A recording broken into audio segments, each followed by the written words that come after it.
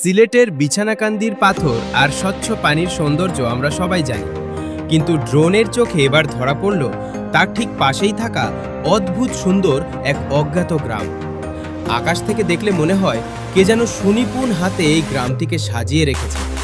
পুরো গ্রামের চারপাশ ঘিরে রয়েছে চারটি সোজা রাস্তা, আর তাদের ঠিক মাঝখানে জাদুর মতো শান্ত পানি। দেখলে মনে হয় কোনো ভাসমান সবুজ দ্বীপ।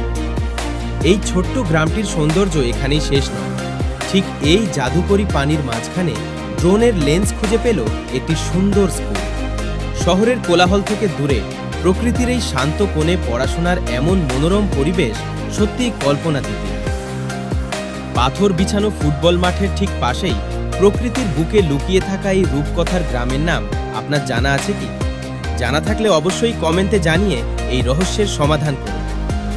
আপনার কোনো ভ্রমণ পিপাসু বন্ধু এই মনোরম গ্রামের সন্ধানে সবার আগে যেতে চাইবে, তাকে কমেন্টে ট্যাগ করুন এবং ভিডিওটি শেয়ার করে বাংলাদেশের এই লুকিয়ে থাকা সৌন্দর্য দেখার সুযোগ করে দিন। মেঘালয় এরিয়াল ভিউ নতুন পেজটি ফলো দিয়ে সাথে থাকুন।